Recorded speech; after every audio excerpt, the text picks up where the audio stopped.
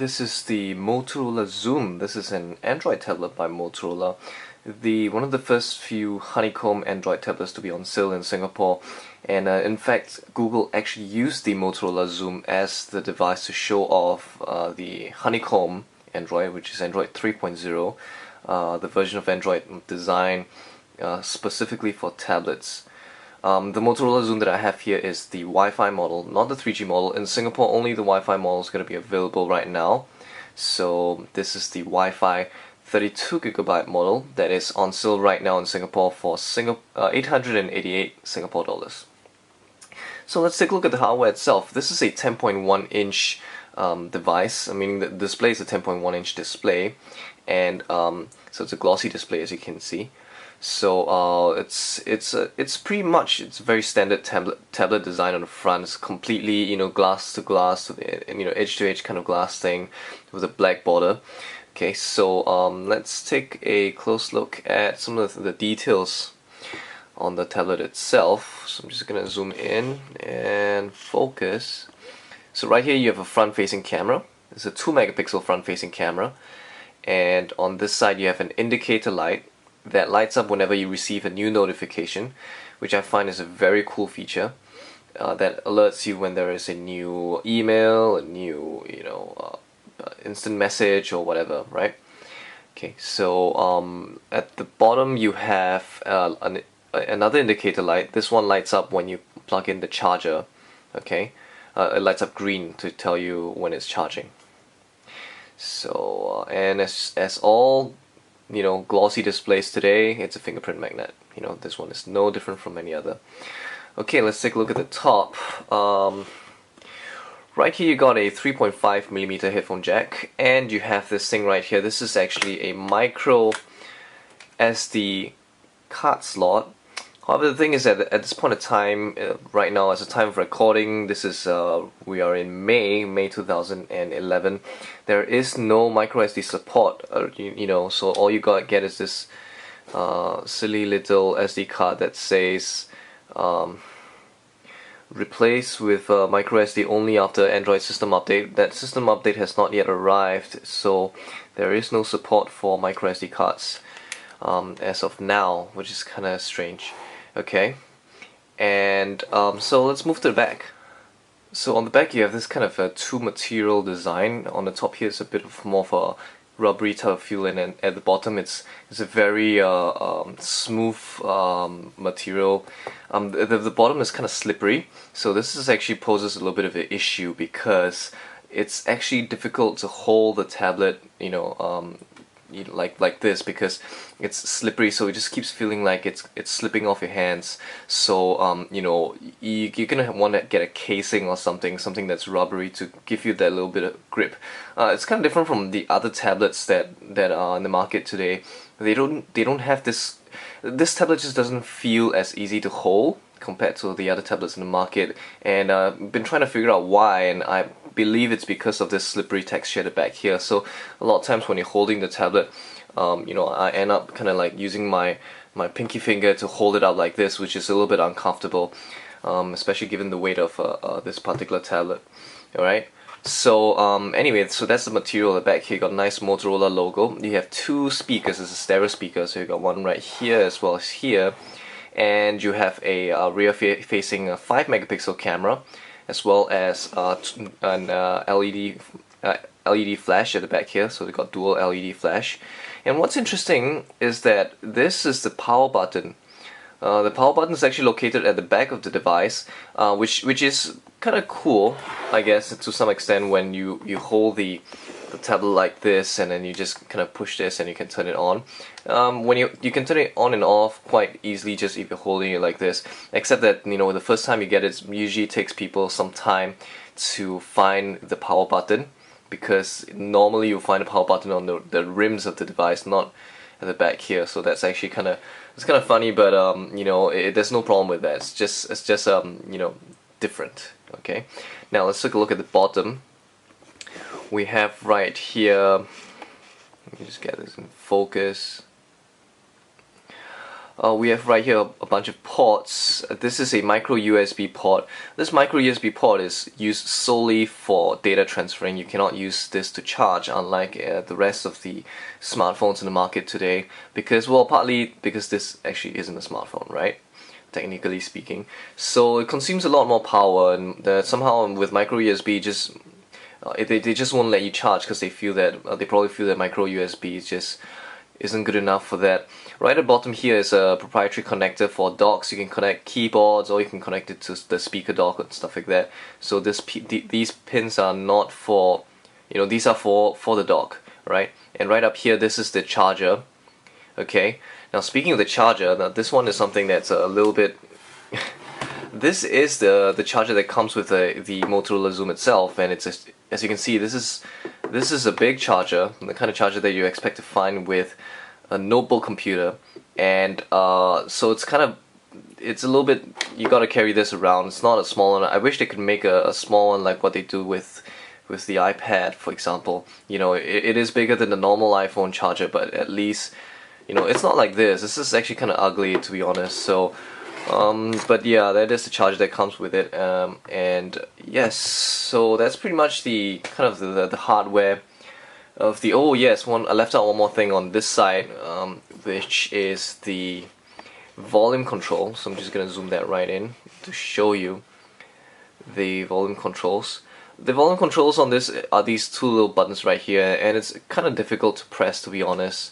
So they're really, yeah, they're just very small and difficult to push, so yeah, that's one thing. Oh, and speaking of small things that I missed out, this is the microphone that I've also missed out. There is nothing on the other side, in case you're wondering. And yes, that means I've finished all the 6 sides. It's the sides of the Motorola Xoom. And of course, like any other tablet today, it is quite a fingerprint magnet. It looks very apparent right now because of the lighting and things like that, but the moment you turn on the display, most of the time, like most tablets today, you won't find the fingerprints anymore. So if I can just kind of put my finger there, you can see it's it's a good you can actually start seeing fingerprints appearing, but the moment I turn it on, no more. So this is the new Honeycomb lock screen. So no more sliding stuff. You just take this little lock and then just move it to the edge of the wheel, this little circle, and then it will just unlock itself. Of course, I wish that they kind of added a little bit more functionality, like what they did with the HTC Flyer, where you can drag this little thing somewhere to maybe like a camera icon or an app, so that it will just automatically launch that application. But that functionality is not there. So it's just, well, it's just the beginning, so maybe in the future they might introduce it. So this is the Honeycomb home screen, the widget screen, and this is stock Android, as I mentioned earlier. Most Honeycomb tablets you will only find stock Android, not much customization. But anyway, let's go through some of the things that's on it. This is like your standard widget screen, with one particular difference is that the widgets have become a lot more interactive, a lot more useful. So for example, calendar widget, you can start move things around. If you actually take a look at the Gmail widget, for example, you can scroll it around as well to kind of see what actually are the emails that you're receiving without having to launch the Gmail application, which is a very nice feature. If you go take a look at the YouTube widget, for example, you have the ability to kind of like look through some of the videos that's available right now on YouTube. Right, so a lot more interactivity, a lot more functional widgets that you usually find on the more higher end, not higher end, things like HTC and Samsung Android phones, where they have to build their own powerful interactive widgets. Now, out of the box, you get some really good stuff already, which is great. Just like your smartphones, the wallpaper kind of moves a little bit, but you can see this little blue frame that's kind of appearing as I'm dragging the screen. So that gives you kind of a very 3D interactive, cool feeling thing, alright? So you'll see a lot of that later as I go through the functions of Android. So I'm just gonna zoom in right here and I'm gonna show you, this is the app launcher. So when you hit this, it brings you to this part, which is the new app launcher, okay? So there's no button to press to get there, and it's on the top right now. The icons, just like the stock Android on the previous versions, you cannot change the order of the icons. I don't know why Google doesn't add in that feature. It just kind of feels very, obvious to me, but maybe they have some other their reason that I'm unaware of. You cannot change the sequence, and you have this little folder called My Apps, which you can kind of customize to put in applications of your own. Okay, alright, here you got a shortcut to the marketplace, and straight away you can start downloading applications. Now I just want to point out while I'm at the marketplace that while this is a tablet optimized operating system, there are not many tablet optimized applications out there. Okay, most of them just kind of get their user interface stretched around a little bit to match the display of the tablet itself, but there are very little tablet optimized applications, even though Google claims, talks a lot about it. So this is still in some sense a giant Android smartphone, unlike with an iPad, for example, where a tablet application and an iPad application is actually very different, has to be written differently compared to an iPhone application. So this is kind of one of the things that I'm a little bit disappointed about. I mean, if you take a look at this little screen right here, the only tablet optimized applications, I'm gonna just go to the My Apps, the applications that I downloaded. The only applications in this screen that is optimized for the tablet is the AccuWeather application. Alright, the Dropbox is not. The Dropbox is simply just stretching itself, so I can show you right here. As you can see, this is the Dropbox application. It's not aware, it's not taking advantage of the screen real estate. An entire folder takes up the width of the entire screen, which is kind of silly. But let's take a look at the other icon that's on the corner though, which is this little plus sign right here. And when you push this plus sign, it gives you the ability to start managing your home screen, which is really neat. So apart from, also of course, you can jump from one screen to another by clicking on this. You can actually add widgets from here, app shortcuts. You can choose your wallpaper, and there is support for live wallpaper, so in case you're not losing it on Honeycomb, except that there aren't many cool live wallpapers right now out of the box. You can download some cool ones, but I chose a static one instead. And there are some interactive widgets, more functional widgets. So the widgets that include bookmarks, for example, or even a specific address, a specific Dropbox folder, a specific Gmail label. So this adds a lot of cool functionality. But I think the highlight of Honeycomb, as far as the operating system concerned, to me at least, is this. This is the app, the system bar. And in case you haven't noticed, when I was going through the hardware, there are no physical buttons anywhere on the device. If you remember, most Android devices have 3 standard buttons: a home button, a contextual menu button, as well as a back button. And you don't find this on the Motorola Xoom at all. That's because everything has become touch buttons on the system bar. So this is the new back button right now. Okay, so you just kind of hit this to go back, and this is the home button. And this particular icon is for the app switcher.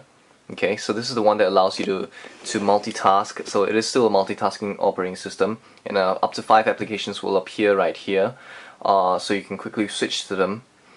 Okay, and yeah, so this is all the 3 buttons. If you notice, there is no contextual menu button, so you can still press and hold. Let's say, for example, on the home screen, if I press and hold, I get to the widgets settings screen. But most applications, if they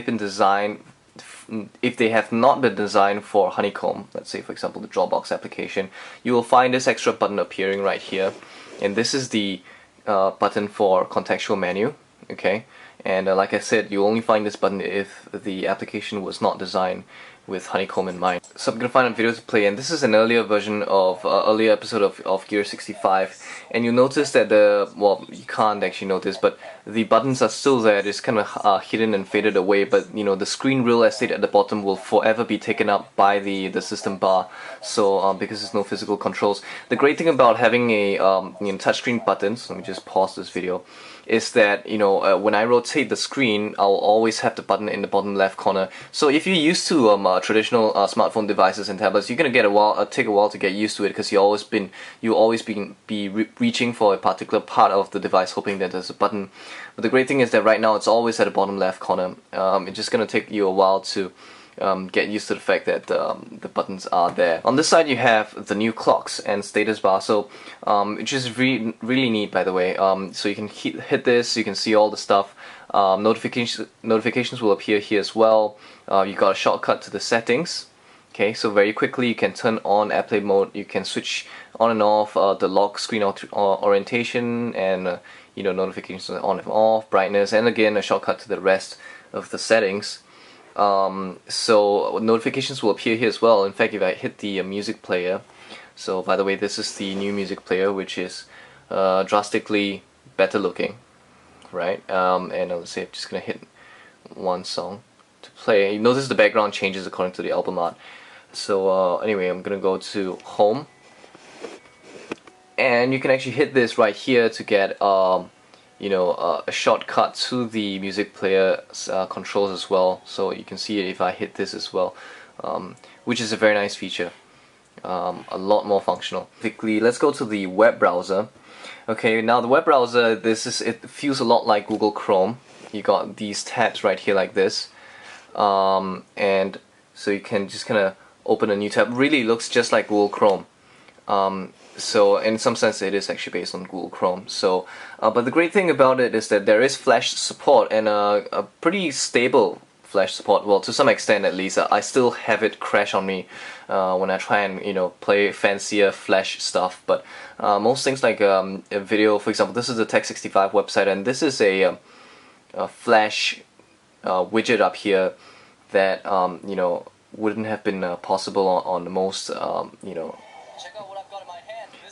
Wouldn't be possible on most devices today. So let me just go back to the Tech65 website. So you can even do things like listen to our podcast straight from here. So the thing is that even though it supports Flash, Flash does not come out of the box. You need to install it separately from the marketplace, which is another thing that I found a little bit strange. But yeah, you got to do that. It doesn't come out of the box. Okay, so that was the browser, which is nice, by the way.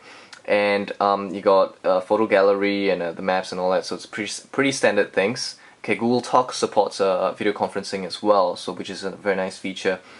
So yeah, this is the Motorola Xoom and the Honeycomb operating system. It is quite a nice Android device. Finally a lot of tablet optimized features, whatever that comes out of the box, the Gmail application, the maps, the photo galleries, the music player even, they've been really optimized for the tablet, which is great, which finally they've done it. Unfortunately, there still aren't enough tablet optimized applications in the marketplace, so as far as third-party applications are concerned, this still feels like a giant Android smartphone.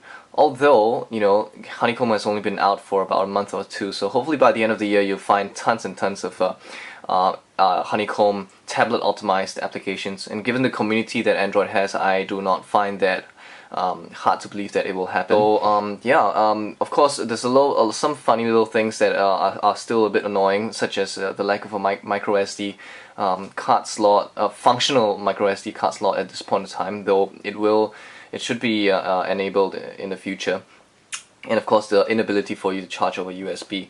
So yeah, and the small volume controls. Other than that, the design is actually not too bad. It's very clean. I like it. It's probably my favorite Android Honeycomb tablet design on the market today. The other brands just make it, the other brands' tablets just have very complicated designs, and I like it clean like this. So yeah, this is the Motorola Xoom running on the Android Honeycomb operating system. It's on sale right now in Singapore for 888 Singapore dollars for the 32GB Wi-Fi model. That's the only model that's on sale in Singapore. Alright, and yeah, if you actually like this video, apart from clicking the like button on the corner of the screen, which you should, by the way, and also apart from subscribing to our YouTube channel, youtube.com/65bits, you should also visit www.tech65.org for more videos and podcasts. And that's it. I'm signing off. See you guys soon.